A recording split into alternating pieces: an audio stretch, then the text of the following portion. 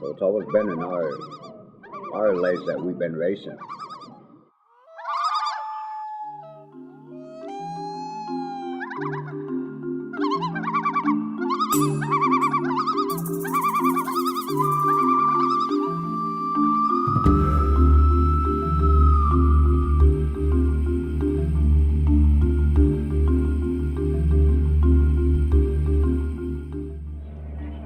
It's one of the few places where you can go and be alone with nature. No noise. You'll see motorboats every once in a while, but you can get out there and be as if it were 100 years ago. The Bad River Reservation is located in northern Wisconsin and is home to the Bad River Band of Lake Superior Ojibwe. This pristine environment supports a wide variety of plant and animal life, including wild rice, a culinary and cultural staple of the Bad River community. After we give some to our families and we get the elderly, the rice you have at home, if there's a funeral, and there usually is on a small town like this, you donate your rice to them so when they have their feast after the funeral.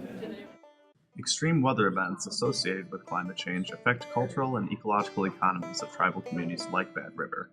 More intense rainfall events will trigger increased runoff pollution, making water less suitable for fish and wild rice. Extreme changes in water levels due to drought and flooding have already occurred on the reservation and are projected to intensify. Furthermore, warmer water temperatures in inland lakes will affect the ability of wild rice to survive. In addition, warmer water in Lake Superior will push cold water fish such as salmon and trout deeper, making them harder to catch. You know, when they closed, I think that was the first time in history, wasn't it, here? Yep. That they actually closed the Bad River Sluice. I've never heard it before. That was after the flood? Or? That was 2007 when the low water levels. Yeah, the low water levels, you know, and it wasn't worth it to go out there, you know, and you would have probably did more damage if you went out there to the race. Traditional ecological knowledge from elders such as Hillary and John, with first-hand experience spanning decades, is crucial to understanding the profound changes occurring. The tribe uses a combination of traditional ecological knowledge and Western science to determine the health of Bad River ecosystems. In the future, this knowledge will be especially important in guiding restoration projects after severe storms or droughts change the ecosystems where wild rice now thrives. As it stands, the subsistence and cultural resources the Ojibwe have relied on for centuries is becoming less dependable. One year, it might be excellent, you know. Plenty of rice for everybody, plenty of rice.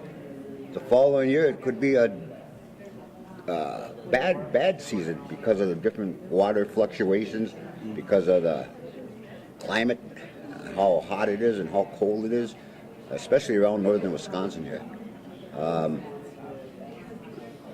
You could go and it's beautiful one year, you can go the next and you can't even get any rice. Climate change presents an unprecedented challenge, but also a unique opportunity. The Bad River community has always been a leader in sustainability, resisting industrialization to preserve land, water, and wildlife habitat. Although the ecosystems that support the community are threatened, the Ojibwe are remarkably resilient. The Bad River community can do its part to fight climate change by continuing its vital work on water stewardship and promoting ecological economies.